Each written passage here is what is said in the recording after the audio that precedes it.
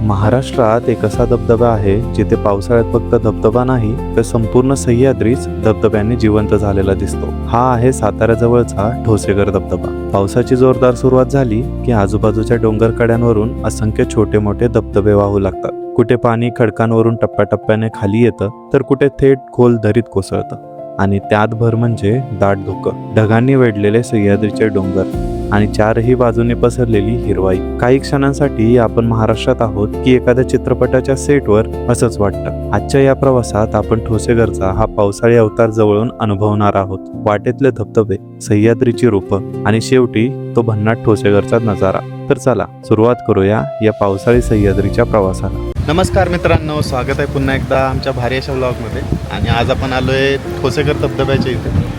इथून आपल्याला एंट्री आहे आणि एंट्रीवरती आपल्याला तिकीट काढावं लागतं। तिकीट कितीचं आहे वगैरे मी तुम्हाला पुढे गेल्यानंतर सांगतो। तर चला जाऊया। आपला प्रवास सुरू होतो सातारा शहरापासून। शहरातून बाहेर पडताना समोरच दिसतो इतिहासाचा साक्षीदार अजिंक्यतारा किल्ला। पुढे ब्रिटिश काळात बांधलेल्या जुन्या बोगद्यातून ठोसेघरला रस्ता जातो। इथूनच उजवीकडे वळलात तर कास पठाराच्या दिशेने जाता येतं। आम्ही मात्र थोडं उजवीकडे जाऊन एका व्ह्यू पॉइंट वरून संपूर्ण सातारा शहराचा नजारा पाहिला आणि पुन्हा ठोसेघरच्या दिशेने निघालो।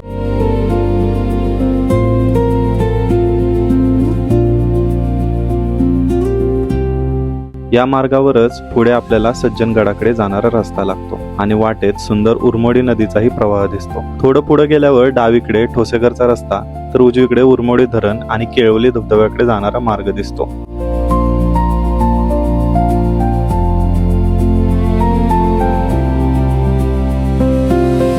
पुढे घाट चढताना एका बाजूला सज्जनगडचा रस्ता आणि सरळ पुढे ठोसेघरचा मार्ग आणि याच वाटेवर भेटतो आपल्याला एक सुंदर विंडमिल व्ह्यू पॉइंट। पाऊस आणि थंडी दोन्ही चांगलीच वाढली होती आणि त्यात भूकही लागली होती। त्यामुळे ठोसेघरच्या पार्किंग जवळ पोहोचल्यावर जगदंब हॉटेलमध्ये थांबून गरमागरम वडापाव आणि कॉफी घेतली। आता पोटही भरलं होतं आणि उत्साही, त्यामुळे शेवटी आम्ही निघालो ठोसेघर धबधब्याला भेटायला। तर आपण तिकीट काढले 50 रुपये पर पर्सन तिकीट आहे इथं आत येण्यासाठी।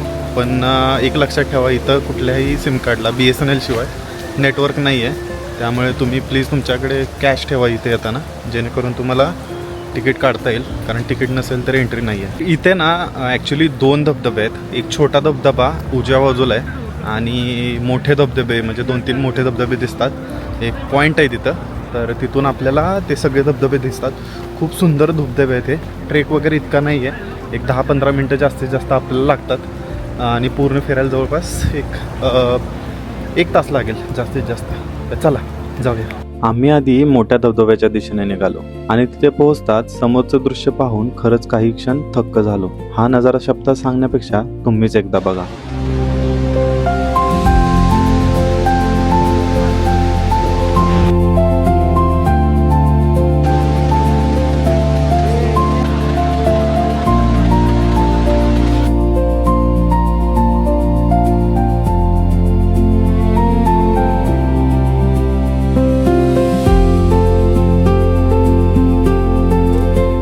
मोठ्या धबधब्याचा नजारा पाहून आता आम्ही निघालो छोट्या धबधब्याच्या दिशेने। इथून पुढे गेल्यावर वरून धबधबा पाहता येतो, पण आम्ही आधी डावीकडून खाली उतरण्याचा निर्णय घेतला। थोडं खाली उतरताच समोर दिसला हा छोटासा धबधबा, पण पाऊस इतका जोरात झाला होता की या छोट्याशा धबधब्यातूनही प्रचंड पाणी खाली कोसळत होतं। याच धबधब्याच्या बाजूला एक गुहाही आहे, मात्र सुरक्षेच्या कारणास्तव तिथे जाण्याचा मार्ग बंद करण्यात आला होता।